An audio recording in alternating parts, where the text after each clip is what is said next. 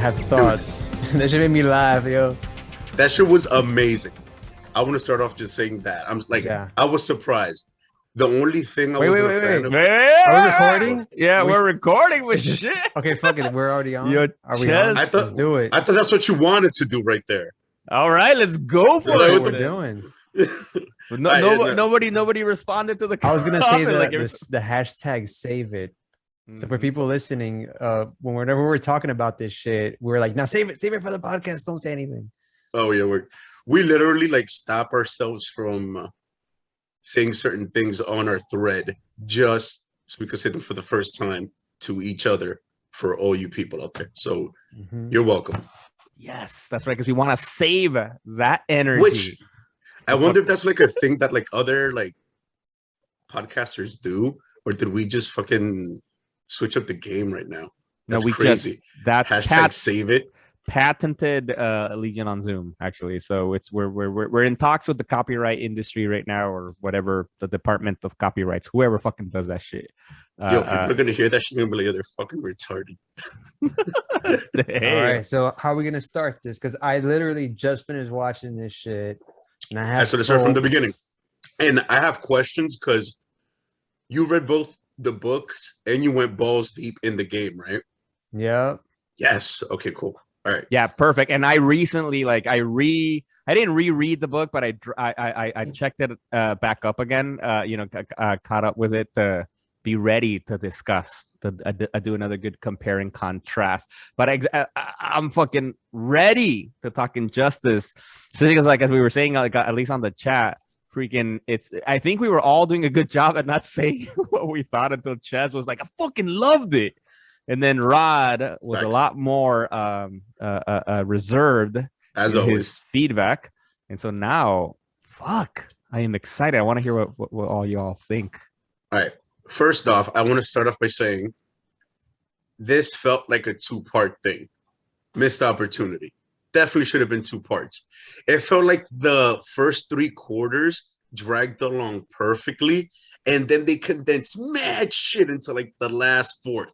All right. So and I think before we get into deep, obviously, I think for people, obviously, start listening. This is the Legion on Zoom. We're back, fucking as always. We got Ches, Rod, myself talking about Injustice. All right, so Ches, a two-parter. You thought I could have been Injustice, the animated movie. Yes. Yeah, OD. Like came out on October 19th, and it felt like a missed opportunity. Like I definitely saw two movies in this. There was so much depth in the story. There were so many layers, and the end felt super rushed. Wait, yeah, you said that it came out in 2019, right? No, on the 19th of on the 19th of this year. Oh yeah. Shit! Okay. Yeah, so this is a fresh release. So if you haven't seen it already, I mean, we're gonna talk all about it. So we recommend maybe you watch it first. It's still not streaming on HBO Max, unfortunately, but it's on other platforms. Just cough up, give some money to Warner Brothers. And they need it. They need the money. One aesthetic issue that I had real quick with the animation, it's amazing. It's made by the same people who did the Mortal Kombat flicks, the one with Scorpion, and then the recent one, Battle for the Realms. Scorpion's Revenge, yep. Yeah, the shading on Superman when he was in the bed, that shit was borderline. Like it was way too much. Like the dark, angular, you know what I mean? Like I understand that he was muscular, but the shading, it was like insanely thick black lines. I did not like that right there for some reason. I had to hang up about that.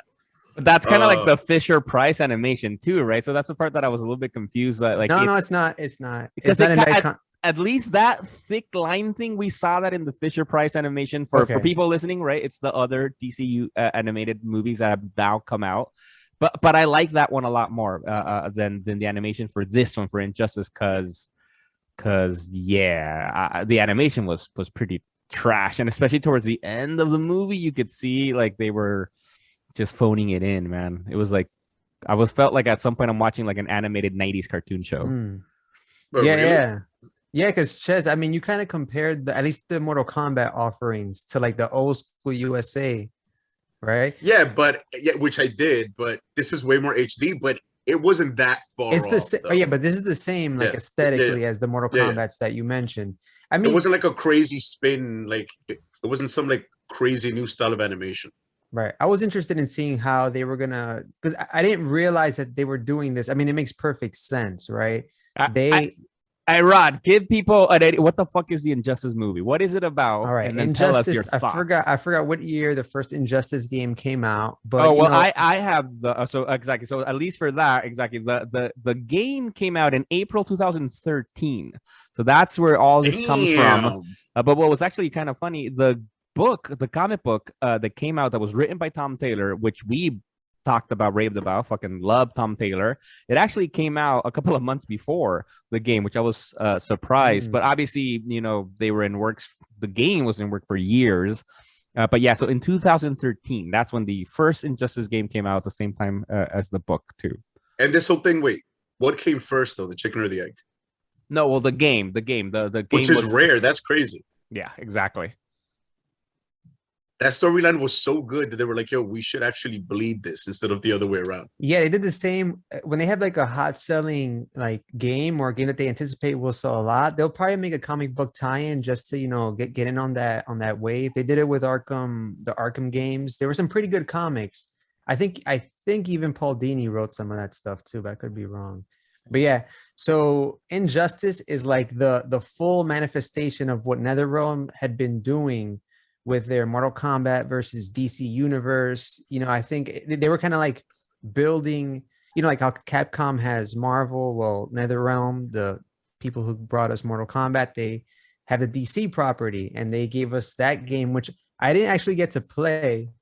But when they went full hog on DC and released Injustice, I got like the deluxe edition with the arcade stick, everything. Yes. And it's like a multiversal story, like this animated movie, although we're going to go into how it's different, of course. But yeah, but then there was like, and then the game storyline was really great. It was applauded.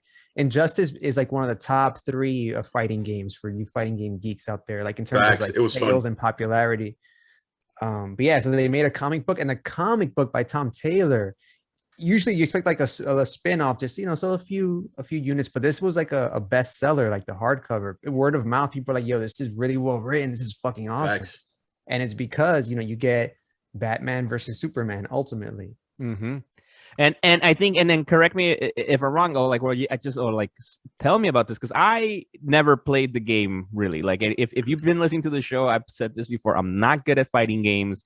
I saw Rod play it a lot, and then I got hyped when I read the book. The book fucking got me super fucking excited. So I'm like, I fucking got the game, and then I played a few times and I sucked, and I'm not playing it anymore. But like the game is set right where the it already happened, right? Like Superman already fucking basically took over the world, right? And then, you know, so now the hero, like Batman and his team, are trying to fight him. That's kind of the story of the game, right? Because the book and the movie, which is, I think the movie's really based off of the book a lot, is kind of a prequel of like everything that leads to Superman becoming full, like fucking Emperor Superman or whatever. Yeah, right? High Chancellor, I think. That's one of the things. No, I was gonna say that's one of the things that I did love about that game, because as a person who almost exclusively plays RPGs, I actually bought both Injustice Part 1 and Part 2, just because as a person who's at the lowest level of fighting games, like I just want to press buttons and see results on the screen occur. I enjoyed playing the shit out of it because it almost felt like an RPG, but not really.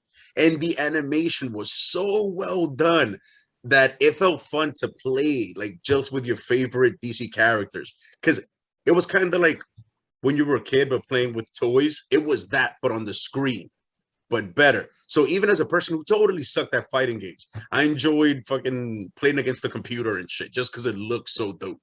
That was one of the best fighting games I've ever played this far. All right. Pause. I'm going to pause it. All right, go for it. All right. But all right, but so the game, what was the story in the game? Like, fuck, give a spoiler. Like, how does the game story begin and end? All right, so I don't remember exactly, but it's a bit of a clusterfuck, because in the video game, it takes place on 2 Earths, right? And the animated movie kind of touches on this a little bit, sort of, kind of. But in the game, it's 2 Earths. it's two Earths, right? We have this apocalyptic Earth where Lois dies, right? Because if Lois dies, as you know, Zack Snyder et al. If Lois dies, then Superman goes on a killing spree. Yeah, facts. So in this one, that occurs in one of the Earths, and then on another parallel Earth, the Joker is about to pull off the what does he call it? Like his biggest gag or biggest. Oh yeah, like his biggest prank ever. Yeah, or the punchline, whatever the fuck he says in the movie. He's about to do that, and the Flash is gonna go stop him. And in moving at that speed, I don't remember exactly, but you can watch this shit on YouTube. You know, the whole thing watches like a movie. Actually, the game itself is like a fucking movie. The Flash, in trying to stop this from occurring, mistakenly traverses the multiverse and ends up on the High Chancellor Superman Earth. And then, oh whoa, that's so cool. It's weird. It's weird. But go ahead.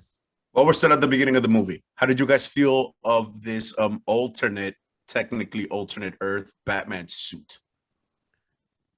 Like with the padding, kind of like the riot gear, because in the game it's also evident, but it's also pretty cool here too. Yeah, I felt like the looks of the characters were pretty much like the game, no, to some degree, you know. So I think it looked okay. I wasn't a fan of the animation, but like I think it was fine. I don't know. So you like that Batman style compared to like the standard Batman? I'm saying, like, no, Injustice Batman versus regular Batman. Hell no, not at all. Damn. Not one bit. You see, like that's a completely different answer than what you just gave me. I don't know if I was comparing it to regular Batman look. It felt like, what did I think in terms of how it compared to the game or something, or the book? Like it looks like that, but I'm like, yeah, no, I'm not a fan of that look at all. I actually really like that look. Like it's more practical. Like, yeah, that Batman, he gets into fights. You know what I mean? Like that dude kicks ass, as opposed to like standard Batman has always kind of had like unrealistic armor because it's been like a skin tight suit. I feel like this Batman, like he's a bit more pragmatic. Like, yeah, I'm gonna gear the fuck up. I'm a fan. I enjoy it. Yeah, and in the game, the Injustice game, you actually play as the other Earth's Batman, who resembles more a Christian Bale Batman versus Riot Gear. But I like that name. Let's go with that. Versus Riot Gear Batman of that Earth. So you actually don't play as that version, but that's the version that's in the Tom Taylor comic book. It's weird, but it's worth fucking looking into. It's a great fucking story in recent DC. And I have a an question. Adaptation, but like one more thing, like you said, for sure it could have been two parts. Yeah, facts. Because I think it would have given this a chance to happen, and I wonder if it happens in the book, because it might be like the only time in history that's wild, and it would be Superman to do it. Does the Wonder Woman actually get dubbed in the book? So a little, not really. Because I feel like it comes to be, right? Like I will say, at least I'm glad to hear that at least the three of us are on the same page of like it should have been a two-parter, like that, at least two parts, because for the fans out there, like the movie, it's all about Superman's fall, after Joker kills, because of Joker, they kill Lois Lane, and then he just goes psycho and becomes like a High Chancellor Superman. But it goes really fucking fast. Like it's basically it's like an hour and a half of the movie. It's not even that long. And then it just leads to the ending, with, spoiler alert, multiverse Superman, Superman from Earth 1, I guess, in this universe joins to stop it. In the books, that whole story takes like a ton of books. It's like hundreds. He bangs Wonder Woman, right? Hundreds. Yes, they eventually have a relationship. Crazy. Yeah. And so, for instance, in the books, they're written by years, and so it's like year one story. That's crazy. Which I think has like 25 issues or something like that. It basically ends where the halfway point of the movie was. I think it kind of basically ends. There's that scene where when Superman kills Green Arrow, and he was about to fight Captain Atom. That's kind of where year one ends. And what I loved about year one is that really because Tom Taylor's a great fucking writer, and just like the dialogue of like I really believe that it's Superman slowly letting go of his values and shit, and seeing Batman really trying to struggle with that and everybody else. Whereas here in the movie, it was kind of like, boom, all right, kind of Superman's pretty evil now. And that's why I was surprised, because Wonder Woman tried to kiss him just once. He was like, no, I need more time. And then it's like they never really brought that up again. Like, if this would have been a two-parter, that would have happened.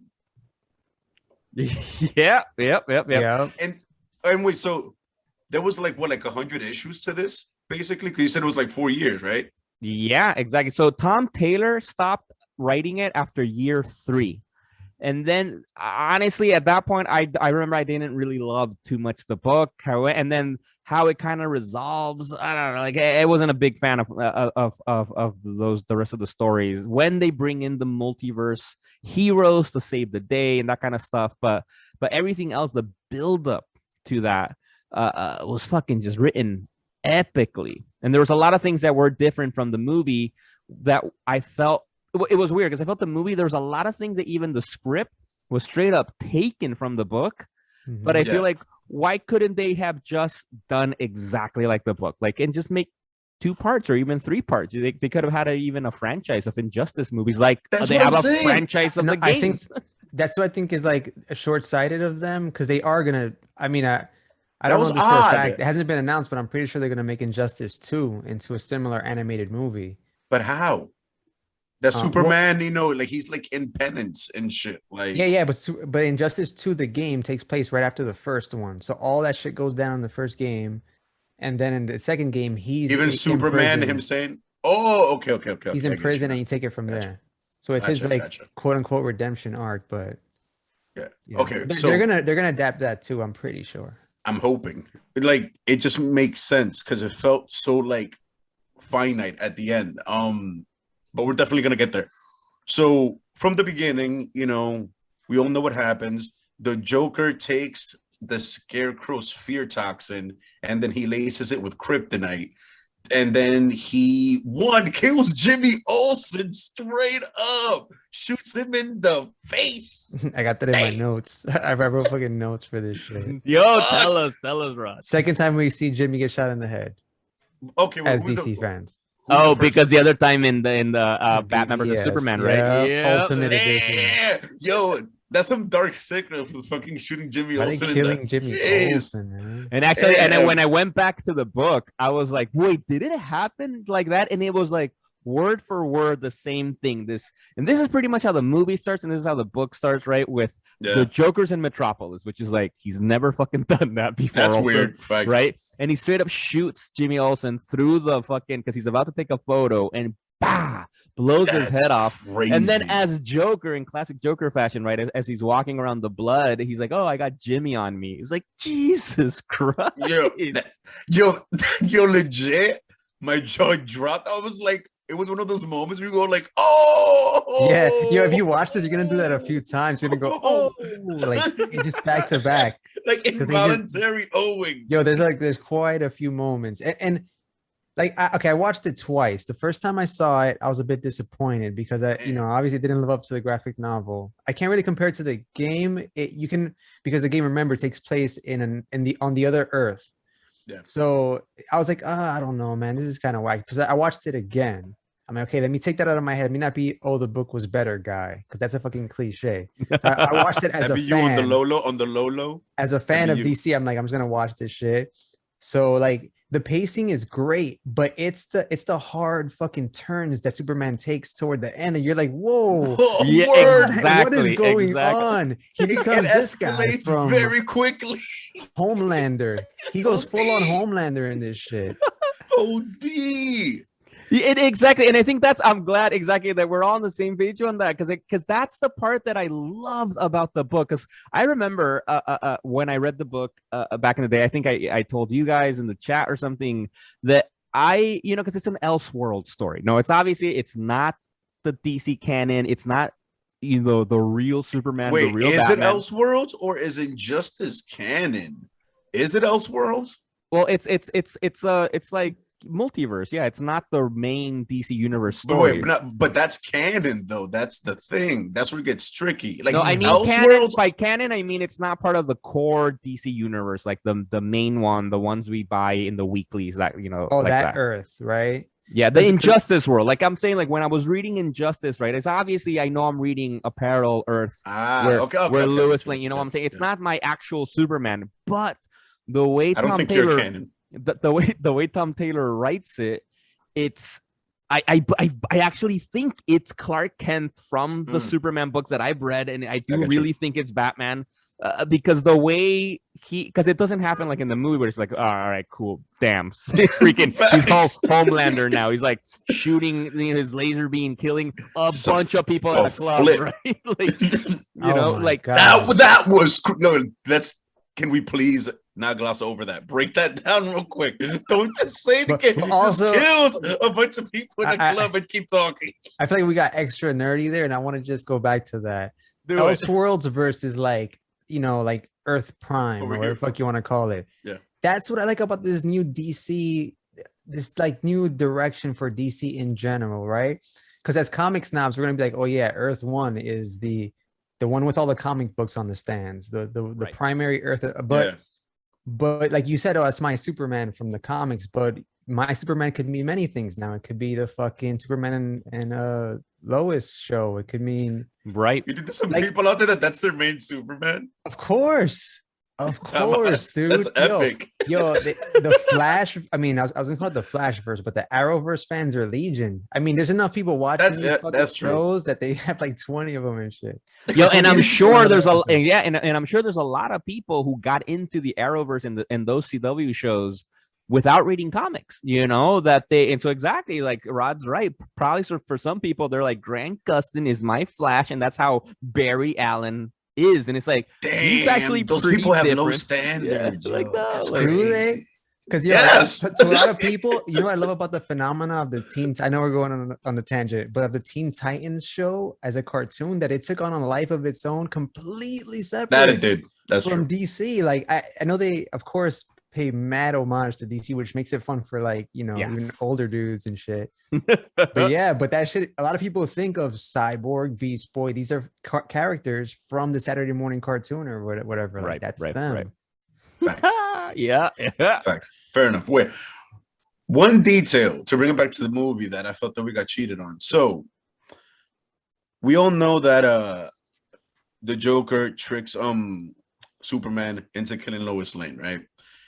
I refuse to believe that, considering that after he kills Lois Lane, who had I believe it was like a defibrillator in her heart or whatever, that triggered a fucking nuke that took out Metropolis, he goes and punches through the Joker, which I've always wanted to see happen. Because I think in the game, they blocked that shit out. They don't show it, right?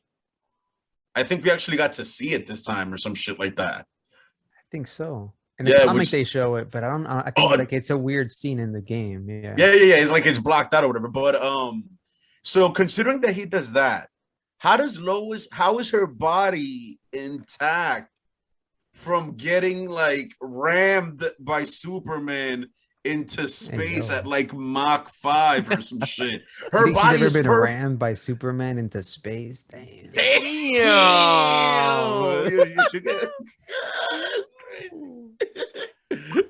This mad Kryptonian penis, like that, straight up. Yellow sun. You know what I like about this shit too? That they introduced the whole Superman's gonna have a kid thing, which didn't really become a thing on another Earth, though. Yeah, like remember this storyline is from 2013, right? 13, yeah, yep. And like Superman, like as we would say, the main Superman from the comic book, like he didn't have a kid until much later. So it's funny how this story like plays really well to the current Superman in comic books, even though it was written, almost like 8 years ago or some shit. Yeah. Oh, that's a very good point. Exactly, because like this is the whole thing that triggered. Because it's not just for people out there who haven't seen the game, played the game, seen the movie, read the book. It's not just that he killed the love of his life. Is that he had just found out that she was pregnant, and that's when all this fucking things happens with the Joker, right? And so that's what makes him, break his heart, break his fucking mind that way, where he ends up punching the fucking Joker through the chest. And that's actually, and then that's what's funny is because that's kind of what the Joker wanted. He's like, he said something about like, we're gonna get a better punchline soon, and then that's when he used the word punchline, which is like peak Joker. That was amazing. Jesus Christ. But he's broken to the point where he literally slaughters a warehouse of ravers. Like that's what he literally butchers them. That's what Miguel had mentioned earlier that I wanted to like not gloss over. He's so broken. And of course, shout out to Batman. He was gonna sacrifice his life, but you know, his boo Selena Kyle was like, nah, chill, Zaddy, where you going? You know what I mean? And like, and she was exactly there for him. so because for in the movie this happens fucking fast, like it's in the middle of the fucking movie, I think, when it happens, and it's basically because there's a group of people who are taking the Joker's image as their you know, fucking savior kind of thing, and they're like, no, Joker's about anarchy and about freedom, and you know, fuck Superman and his like totalitarian type of regime that he's barely building at that Probably point. QAnon people and shit, but like in the comics. Exactly. And then Superman there at that point, QAnon will be down with Superman. Now with the Joker. What? Like those people who were like in the warehouse as the Joker people, they would be down with QAnon. Oh, well, probably. On the low. Wait. But is it okay? Hold on. Is it on the spectrum? Like, okay, there's Antifa, anti-fascist, which Superman is a fascist in this. They call him that. They're like, you fascist. Yeah. Somebody throws a beer bottle at him.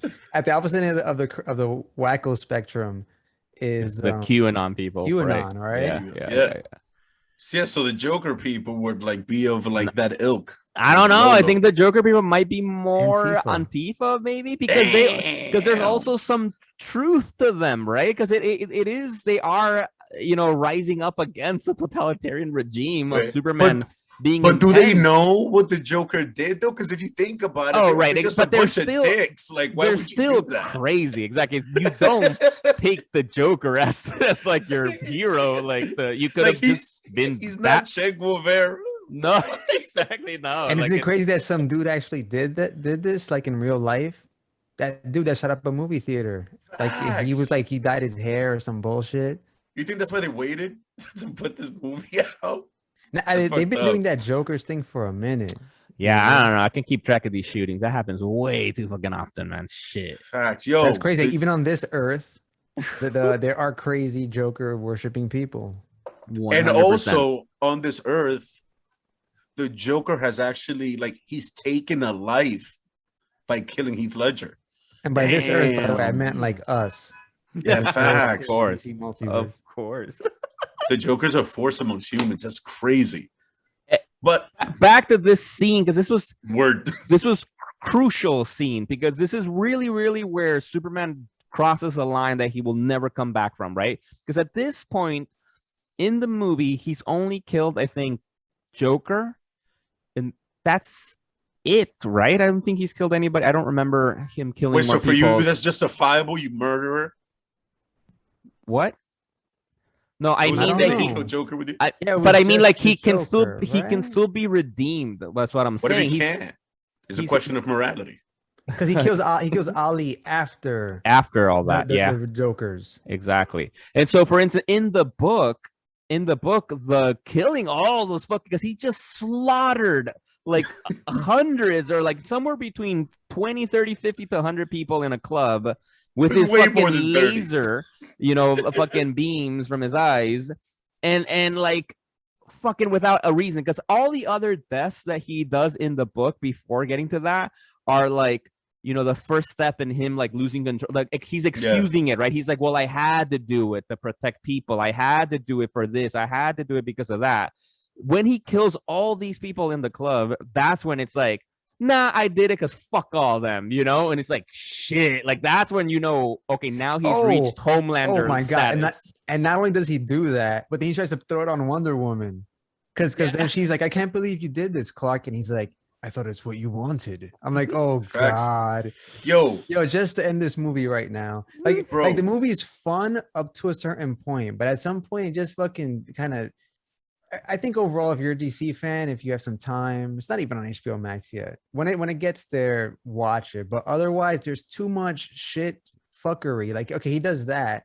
And then Clark, like all the way toward the end, he turns on Wonder Woman now. He's like, what, now you're against me? He's gonna fucking kill her. I'm like, yo, this is too much of a stretch. Like, they're really rushing this story. OD. I felt like she was a turning point in the story. Like, had she not been down with Superman, the spiral might have been stopped. Like, find you a woman who's willing to forgive a momentary lapse of madness when you slaughter a whole group of people. That's crazy. Like, even she said it. Like, I thought it was momentary. Fuck you mean? You just killed the whole group full of people. Like, how is that a momentary lapse of judgment? I'm glad she gets redeemed at the end, at least, because even she eventually turns on. Even though apparently she wanted to get with him the whole time, fucking rebound Clark. Like, that's the first thing she does is try to get. I don't blame her. It's fucking Superman. But is it like that in the comics though? Like, is she like also, quick to court him? Also, like, no, not quick. But what, Rod? Yeah, and also like they had a relationship in the New 52 for a while. Yeah, so that this has been somewhat explored. Oh, deep man times, yeah.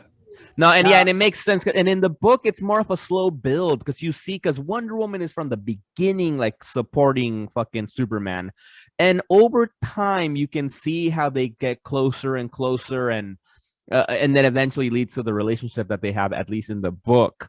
But here in the movie, it was like, yo, Wonder Woman, like, I think Lois was killed like a few days ago. Yeah, where's Steve Trevor at? Like, what's going on? Wait, I don't even know if he's in the. He must be in the comic. Well, I don't think he was in the comic, but there were like key people that were not included in the movie that were in the book, and I wanted to get your guys' thoughts on why. Did you guys notice like there was one key Justice Leaguer that wasn't in the movie?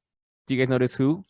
Damn, that's a good question. Oh, that's a good point. Martian Manhunter. He is used in the book to a small degree, but he's used epically too. But he wasn't in the movie. No, but there's another bigger one. He's had a solo movie. Damn, that's crazy. That's Aquaman, exactly. They mentioned them, which was weird. No, he's in it. Like, he's not in the movie, is he? Like, what did he do? Yeah, as a matter of fact, they avoided that extra work of animating Atlantis so much that when Batman said there's only one hero that has the power to get in there, to the Mariana Trench, I thought he meant Aquaman, and it was Plastic Man. No, shout out to Plastic Man. Or shout out to Plastic Man, which he wasn't in the game, right? Nah, that's so weird. But he's in the comic. I know. Oh, he's in the comic. Yeah, he is. But I don't remember him being this prominent role. But exactly that moment in that scene when Batman's like, anybody who's we know the only person who can survive the deaths and the pressure of the Mariana Trench. I'm like, oh, fucking Aquaman. He's like, this guy, Plastic Man, is like, oh, okay, shit. Aquaman pulls the dip. He's the first one to pull the dip. As soon as he sees what Superman is doing, he's like, I'm out. Yeah. But notice in the game, he's actually voiced by Phil Lamar. I just want to throw that out there. Oh, Shout out to Phil Lamar. The Samurai Jack. Oh yeah, Samurai Jack. Yeah. The dude from Matt TV. Stewart. Yeah, Matt TV, the comedian. Yeah, TV, exactly. yeah. And he was also, I think, Static X. Or he was a voice character in Static X. I don't remember if it was actually Static X, but wait, Static X was the metal band? Static X, coño. I've had a long day. That dude actually died. I ate the singer. Yeah, he died. And Static. actually, Static. And do you know, just quick sidebar, and the singer died, Wayne Static. But do you know that the new singer that replaced him, is using like a fake mask that looks like his skin and the face of the previous singer with the long ass hair? That's creepy as fuck. That's some faux Slipknot shit. But it's like morbid as fuck. It's so that's would be morbid as fuck. Anyway, no, Static Shock. Static Shock. Big difference. Big difference. No, but something. Static Shock. Something I wanted to say about Aquaman. Something I wonder if they ended up not using him in this movie because in the book he's one of the first people that confronts Superman from what he's doing, not from a high moral ground like Batman, more like he's more of a Namor, like submarine, the king of fucking Atlantis. Like he's like, fuck, these are your rules, don't apply to me and to my kingdom, and he ends up like attacking people who are like spilling oil or some shit like that, you know?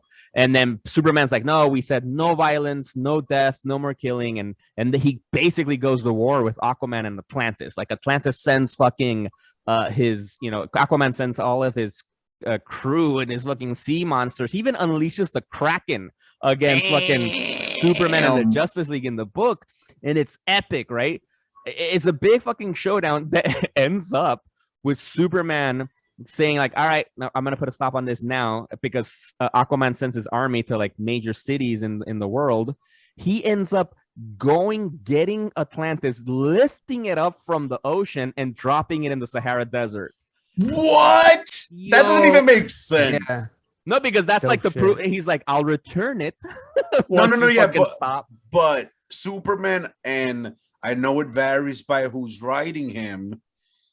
That's too strong for like that's weird. Nah. To Superman is the strongest there is. lift Atlantis. Remember, he beat the Hulk in Marvel versus DC. I don't think the Hulk can lift Atlantis out of the ocean. He held up Manhattan, but he can't lift Atlantis and throw it. Let me just add that I do think, if I remember correctly, but he was also helped by Green Lantern and Shazam. And so it was all of them lifting Atlantis, and all that. So. But to singularly pick up Atlantis and just fling that.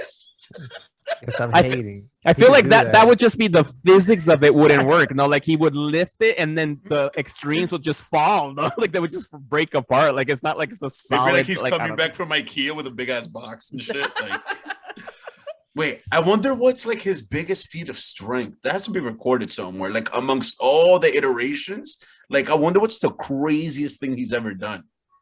I want to guess it's Grant Morrison in All-Star Superman, because I think in All-Star Superman he tried to like test all of his limits and shit. Yeah. Also a great story. Like but yeah, back to this shit. Or some shit. Yeah, so the movie starts out great, really close to the comic. Then Superman just goes buck wild. They could have stretched that out for 2 movies. At least make the second part about his like going crazy and not just the final act of this movie. And I think for me, those 2 points, at least, like just him, Superman in general, just made the movie kind of suck. Yeah, because it goes way too fast. Like it would have been really fucking cool to have seen this battle with Aquaman and Atlantis. Because for me, that was like the first thing where Superman's going like, because even Aquaman was like, whoa, I didn't think you would do that. Like rip Atlantis out of the ocean. And when he gives up and returns to the sea, like he tells Wonder Woman, like, tell him to chill because he's going down a really dark path. No. And so we see it developing. And then a big other scene that we didn't get in the movie is that then Darkseid is like, wait, what's happening? All right, I'm gonna fucking attack. And he sends like Calabac to fucking and goes to all out war on the earth. All out fucking war.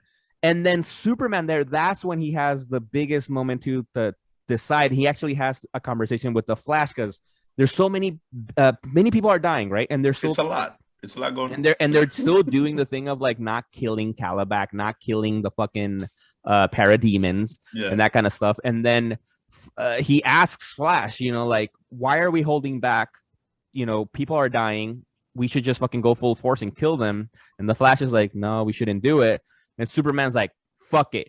And by himself kills all the parademons on the earth. Just destroys them and then almost kills. I think he kills Calabac. I actually don't remember. But like that was another big moment where it's like, oh shit, Superman is just going more and more and more. You see what I'm saying? Like they have to put a cap. Like that's too crazy. Effectively, that makes him way more powerful than Darkseid. Like he can easily take on. Like no, he has to have some type of challenge. It's not just.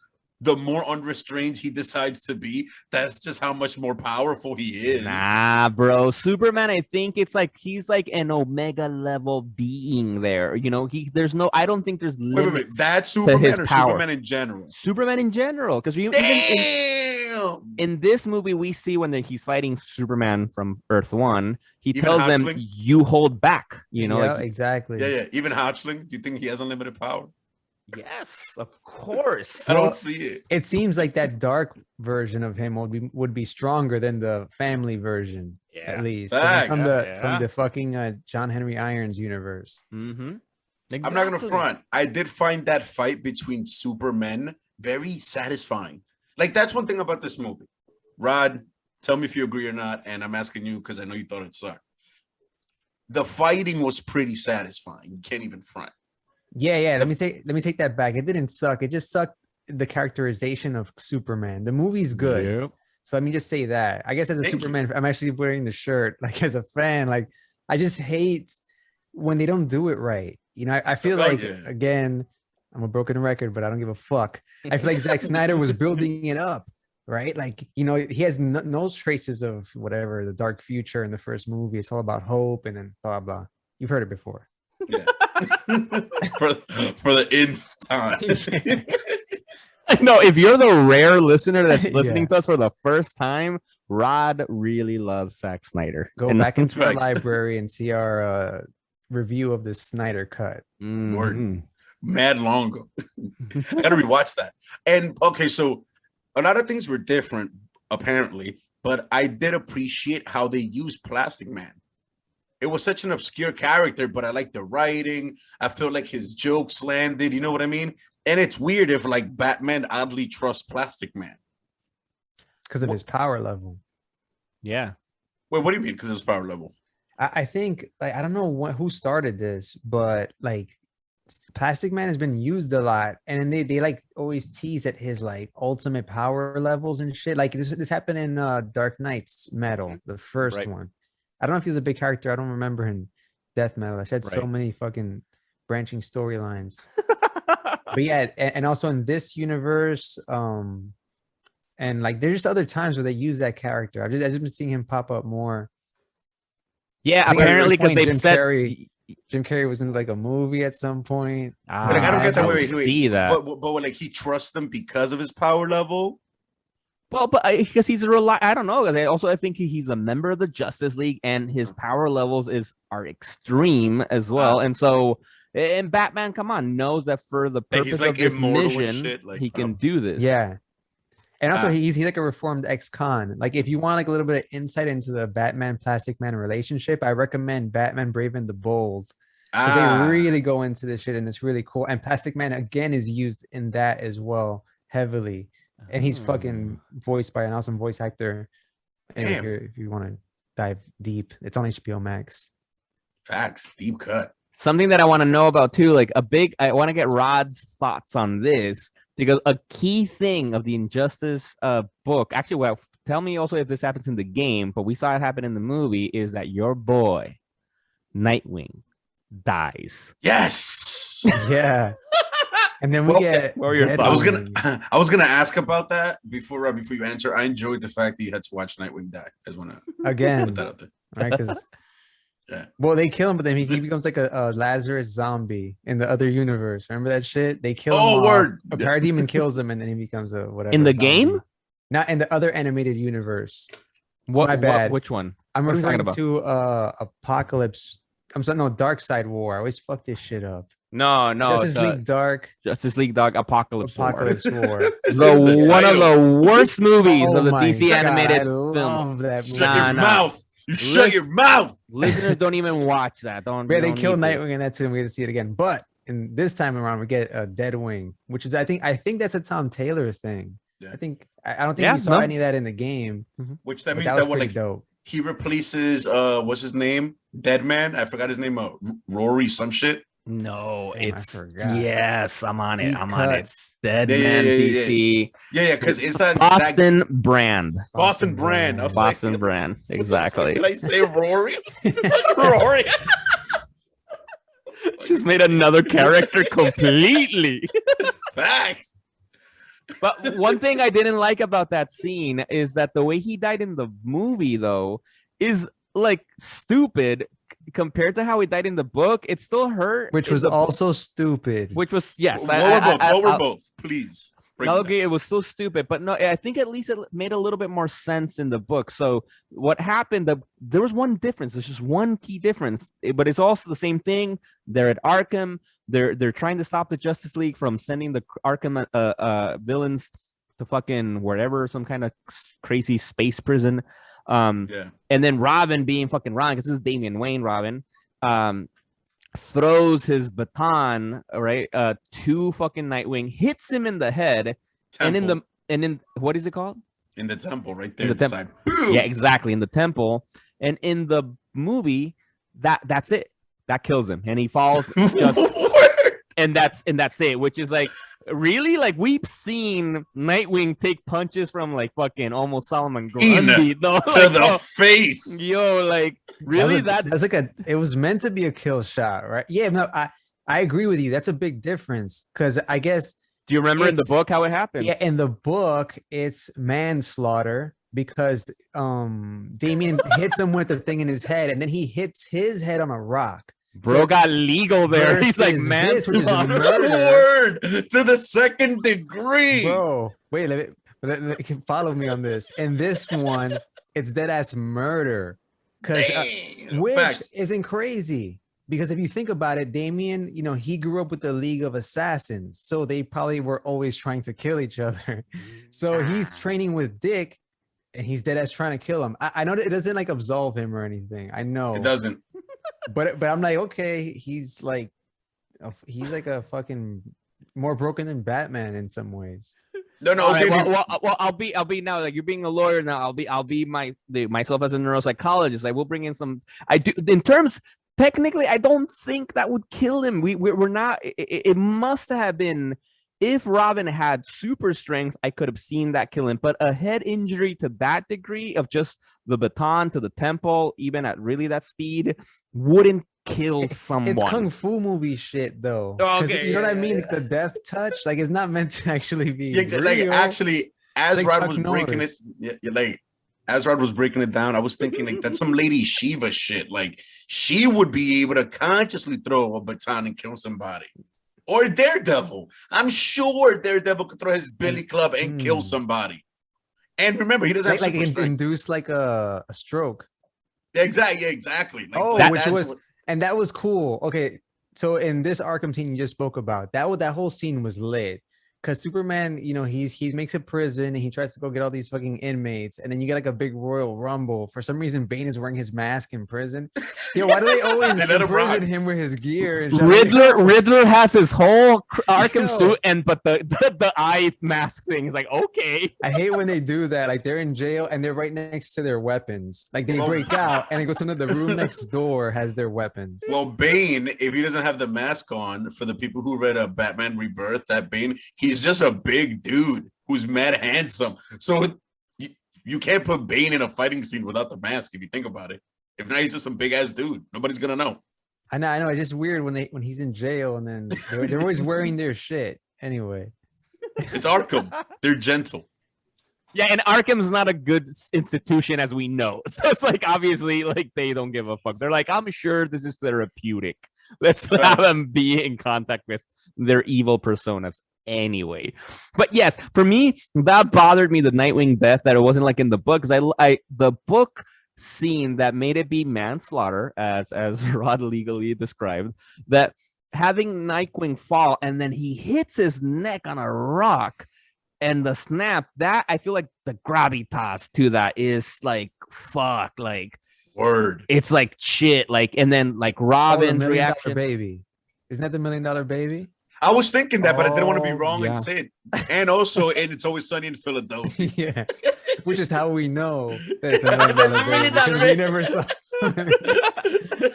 Hillary Swank. Yo, that was a referenceception on the low. Referenceception. Yo, but noticed how everyone realized what just happened, because for some reason everyone realized what happened. Oh, the chaos. Stop. Like, yo, I thought that was like mad deep, but also kind of stupid at the same time. But more on the deep side, they were like, did Robin just kill Nightwing by mistake? Like, even what they were doing. Even the villains are like, whoa, what? That's Wait, crazy. Look, I've been trying to kill Nightwing, but that's too far. That's weird, man. That's Robin? No. I'm going back to my cell. Yo, Batman proves to be the better hero in this movie, because that could have been a breaking point for him. And then, referring back to my notes I have here, and I think, Ches, you already fucking touched on this, that Catwoman saves this universe. You sounded upset about that. She saves this universe because, like you said, she stops Batman from intervening in the Joker's manslaughter. And then when she helps him, That was mourn- murder. That was Superman's Yeah, murder. My bad. of My bad. the- Massacre. He's like massacre, exactly. Massacre. My bad. My It's a big bad. difference I between fucked up. manslaughter and massacre. And then, all right, yeah, and then when she helps him mourn, because that's one thing that like Clark never does. Batman's Yeah. like, you need to mourn, and then he's like, no, I need justice, and he goes off and he's like fucking crazy. But yeah, and then at the very end, just to cut real quick to the end of the movie is fucking hilarious. Like it left me laughing because like okay, at the end, once again, it takes a multiverse Lois to calm down High Chancellor, murderous, massacreist. I don't know if that's a word, but Superman. applies. It is Even now. if it's not, Which yeah, I it thought was applies. kind of crazy to bring a pregnant woman next to a person that's been murdering people. I'm like, yo, imagine he just would have went crazy and just like smashed that Lois and just anyway. In a Like, two-parter, what? that would have been possible. So yeah, so she stops that, and then that's when Batman realizes like, oh shit. In order for you not to destroy the universe, you got to have a boo. So then he kisses Catwoman, and then this part that Words to live by. In order to not destroy the Yo. planet, you gotta have a boo. Yo, And first then my first tattoo is gonna be that. I'm gonna write Yo, that my fucking God. here. I was Alright. rolling. Like at the end, he does that, and then he like almost smiles. And No, then no, the no, movie no, no. ends. He unsmiles. Like he unfrowns. I was thinking about what you call that when I saw it. It's not that he smiles, he unfrowns. Yo, and I had to see that scene twice, and actually 3 times now Yo, I'm because I crying. rewatched it. Because exactly for the fans out there, like there's this cheesy scene, and but the big thing that adds it cheesy too, because he says right before that he's like, "It seems that everybody needs a second chance," and then he turns to Catwoman and kisses her. Like, wait, what? And then that Oh my fucking little from God. the frown to not frown. It's In a just like straight line. so basically from a curvy linear thing right down Yo. to then a straight line, and it's like that means he's happy. Or he's stable. Yeah. Like not Batman doesn't psychotic. get happy. He's just not insane right there at that moment. Yo, Yeah. So because the whole premise is that Superman loses his boo. Now he's unchained. But luckily, and isn't it Clark who enlists Catwoman to help Bruce mourn? So I Yep. guess so Yeah. they kind of do a good job at balancing them a little bit until the Joker massacre scene. I'm like, Mhm. just if you just take that shit out, I don't think the story needed that. No, and that's at what all.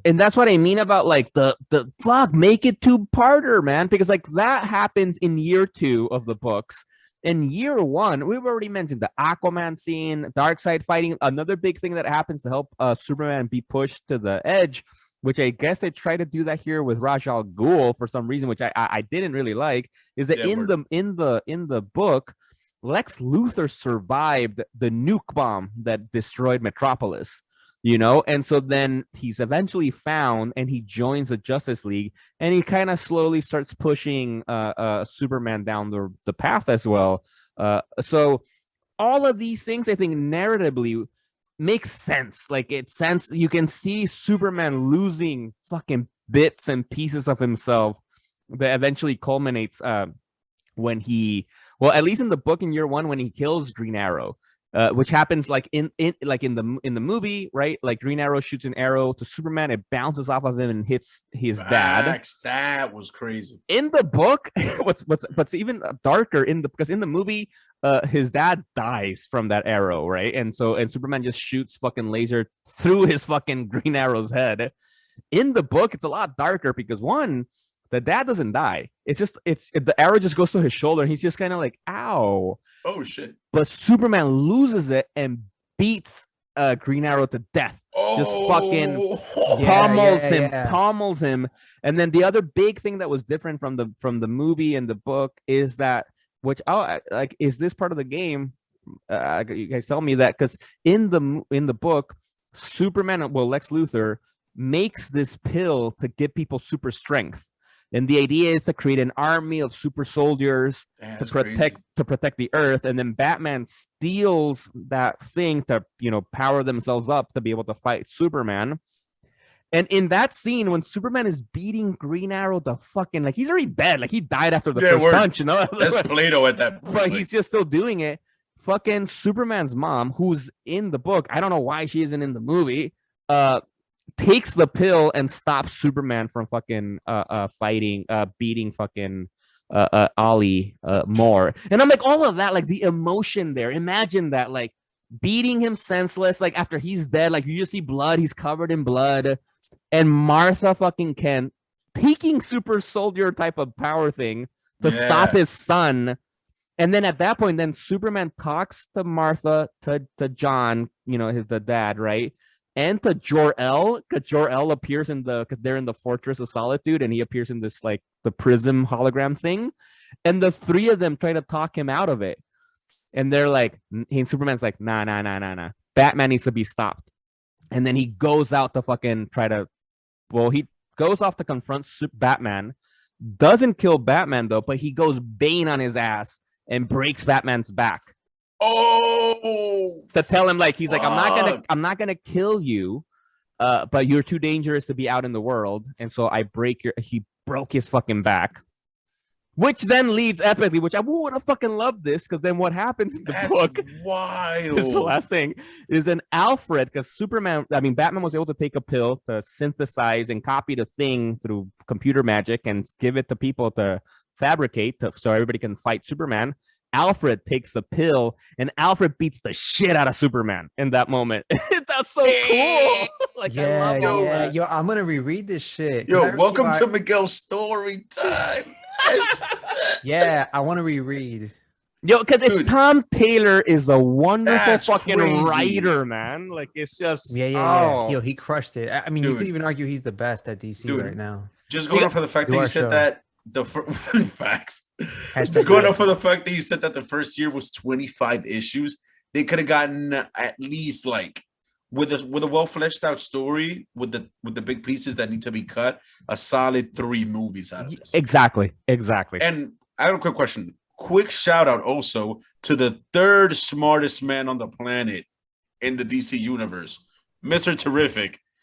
That's, once again, they did a good job with bringing up like obscure characters. I've always kind of loved me some Plastic Man. I've always kind of loved me some Mr. Terrific whenever he's in some dialogue boxes in non-JSA books. But was he that important in the comics? No. They also use him in Metal, right?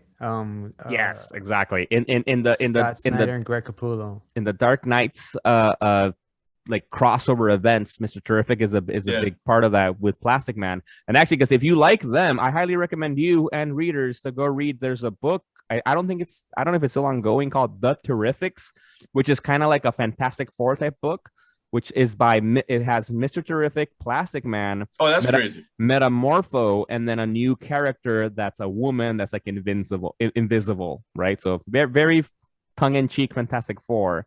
Written by Jeff Lemire, who wrote Sweet Tooth and other great Old Man Logan and great runs. I liked it. I haven't finished it, but I started reading it. Anyway, no, in the book, actually, everything we saw Mr. Terrific basically do, that was actually the Flash in the books. Really? Well, some stuff. Flash wasn't imprisoned like Mr. Terrific, but that chess game he had with Mr. Terrific in the movie, where Mr. Terrific telling him how I'm telling you, you're gonna go darker. Great right? scene, Like, by the way. Great scene.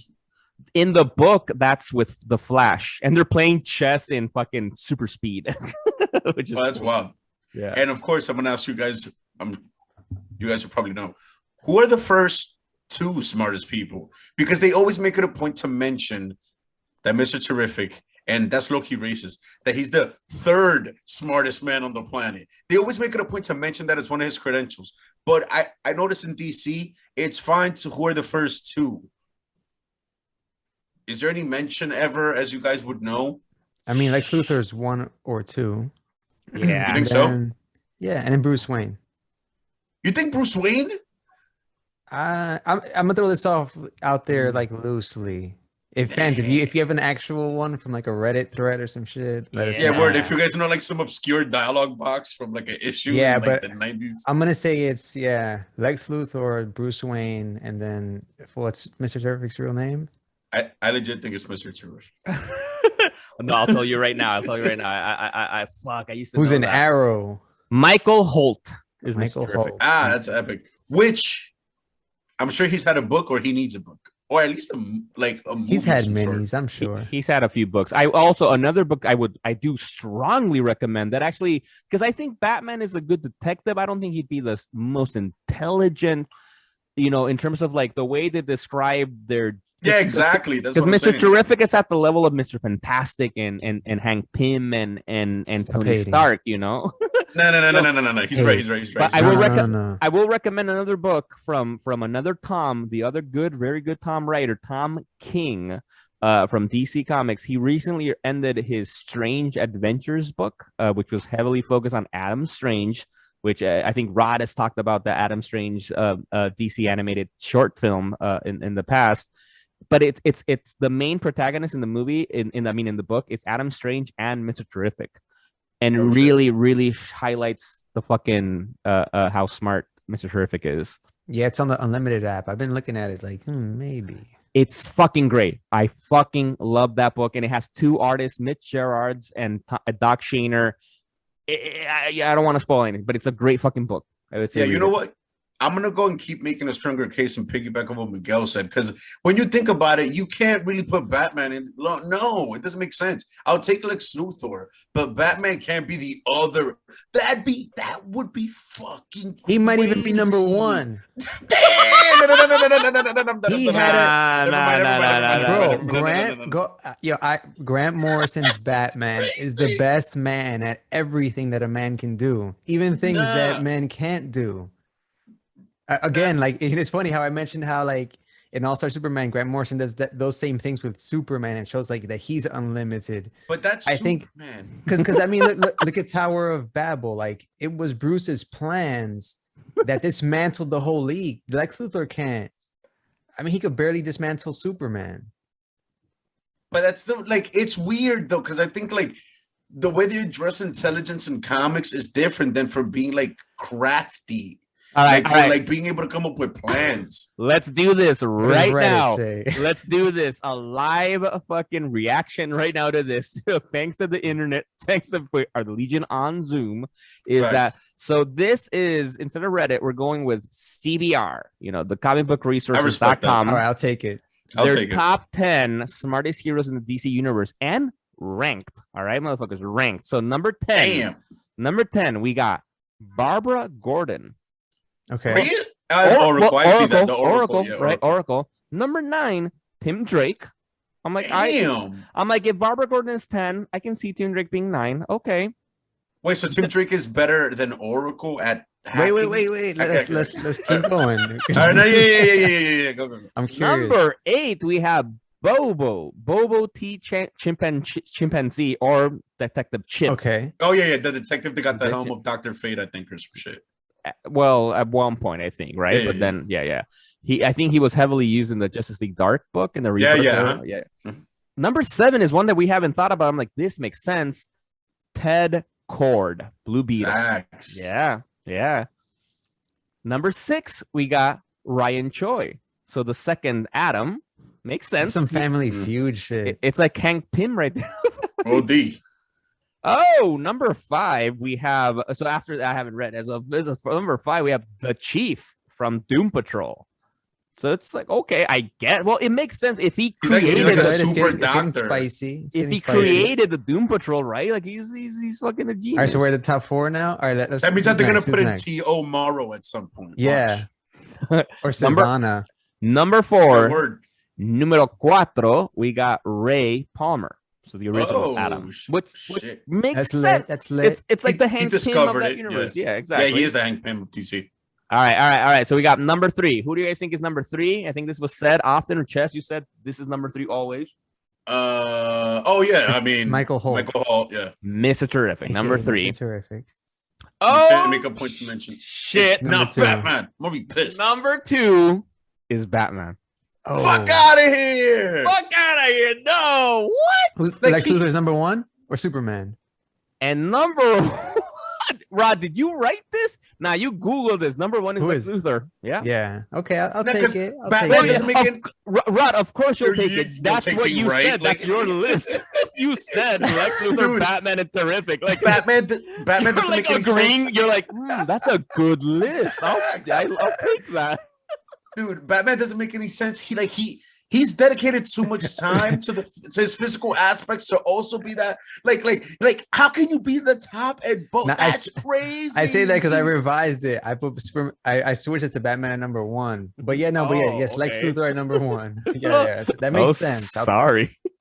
That's crazy. Nah, this is bullshit. Fuck that nah, list. CBR, you don't know your Fuck that shit, list. man. It should be the other way around, where he's the second smartest man on the planet for Dr. Terrific, and Batman is third. I want to know who Dr. Terrific is. Yo, I want to read that. He's like better than Yeah, Mr. yeah, Terrific. yeah. He's just a Although I'm mister. sure that Mr. Terrific has like multiple PhDs and shit. He's one of those characters. Ooh, so he's just humble. Over the he just goes with weekend. Mister. Yeah. Nah, man. Yeah, I mean that's the point. If Nah. you said he's on the level of this dude, what's his name? Reed Richards. One of the crazy stats I heard on Richards was that he writes he does like whole transcriptions of Shakespeare in his free time. Like I was like, no, I'm good. No. But doesn't everybody? No. Don't you? Like that's what I'm doing after we record, right? Yo, can we rate this motherfucker or no? Yo, let's go. I give this shit a solid 8. What? 0.5. Ooh. 6. Yes. 7. 8.567. Man, that's some pie shit. You know what? I think I give it 8.5. for the fans out there, I think what we need to start doing for the next time we rank shit, we have to have an ongoing tally because we need to compare. Because I want to see. You said 8 to something else before that was way better than this. Like, Don't, man, or you our cannot ratings are worry so about my fucking personal taste. there's no reliability in our ratings. I rate. We're like IGN. We're like IGN, exactly. I rate everything. Nah, but you on did us a rated specific case by case. You rated what was it, Jupiter's Legacy, without even watching it. That I think if you don't watch it, because it you was cannot rate unwatchable. it. Because I tried to watch it, and I was like, nah. That'd be like a That's no fair. rating. If he tried, All right, I was like, Josh Duhamel looks like shit. All right. And then he became so a great Harvey Dent. Ches 8.5, Rod Capel. I'm gonna go 7. Yeah, even though 7. I was gonna go a little lower. Damn. But like it left me laughing, and I appreciate that. Like it gives you those moments, and then you finish with like this ridiculous Batman almost smiling moment. like yo, unfrowning. No, and not just that unfrowning. scene. I don't know if you guys remember, because for me, this is seared in my brain. Right before that classic scene, because they're battling Amazo, because Ra's al Ghul, right, got Amazo, and all right, whatever. Oh yeah, that battle was dope too. Yeah. Let's not gloss over that. Wait, it was dope. Oh, shit. Oh, I know, yeah. Hawkman gets killed, fucking Cyborg gets killed like epically. But no, it was great until the end. Don't you guys remember like at the end when what is it, right? Like so he gets split in half, and then Plastic Man goes inside of him and then expands like a bubble. That scene where, because it's this scene where he just expands and then falls back down like boing, the Plastic Man, and then everybody's in the shot, and it's like some people are like far away and some people are close, but it looks terrible. It looks like some crappy animation. Specific. No, it was because it was jarring. Like I would say, go back to watch it. It was like, what I did not just notice happened? That. Like, it apparently wasn't jarring. low Yeah, if I key. did not notice that at all. Funny because low-key, I found that shit to be like memorable. That weird scene, like it's just so trippy looking that you're like, okay, they do a fatality, like a team fatality. Yeah, exactly. That's what they do. Okay, I don't know. I was into it. I don't know. It was weird. And was it me, or did they never show when Mr. Terrific was building the cubes for that gateway? They were like, just go with it. He made it up. Mhm. Third smartest guy on the planet. Now, you know, got me mad that Clark also locks him up. Like, why? Because he disagreed with you? Like, Yeah, that's like, having Superman do these things, I'm like, yo, because okay, if you want to see a better dark Superman, watch Red Sun, which is by Mark Miller. Yeah, watch that one. Although that one also rushes it because again, they can't obviously stay true. They can't all be two-parters. Shout out to the Long Halloween. Check out our review now Word. streaming. Woo. But yeah, they can't all be two-parters, unfortunately. Yeah, but even like exactly, I And feel yes, like they can. They got yeah, the money. and exactly, and they can because I think the key thing is that if they chose to make it a two-parter or a three-parter, is that make the movie end on a dark note. And I feel like they Facts. really wanted it to end happy. They wanted to end like, yay, we defeated the evil Superman. It's like, nah, like have it end. Because in year one, the book ends when Superman declares to the world, like, I will protect you. And he has his army of people, that are, he's like, I will, control this earth. And also, because at that point, also before breaking Batman's back, he outed Batman to the world. So like everyone knows Batman's Bruce Wayne. On the moon, right?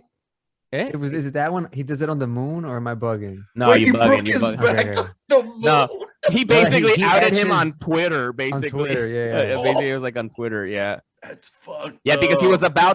about to tell everybody via a newscast kind of thing, and then Batman goes like, "Nah, fuck it," shuts him down because Batman has he's the second smartest person in the world, and the so OMAC project. shuts him down. And then eventually through Cyborg, they're able to find out how to get the message out, and then it starts to go like wildfire, and then everybody knows Batman is Bruce Wayne.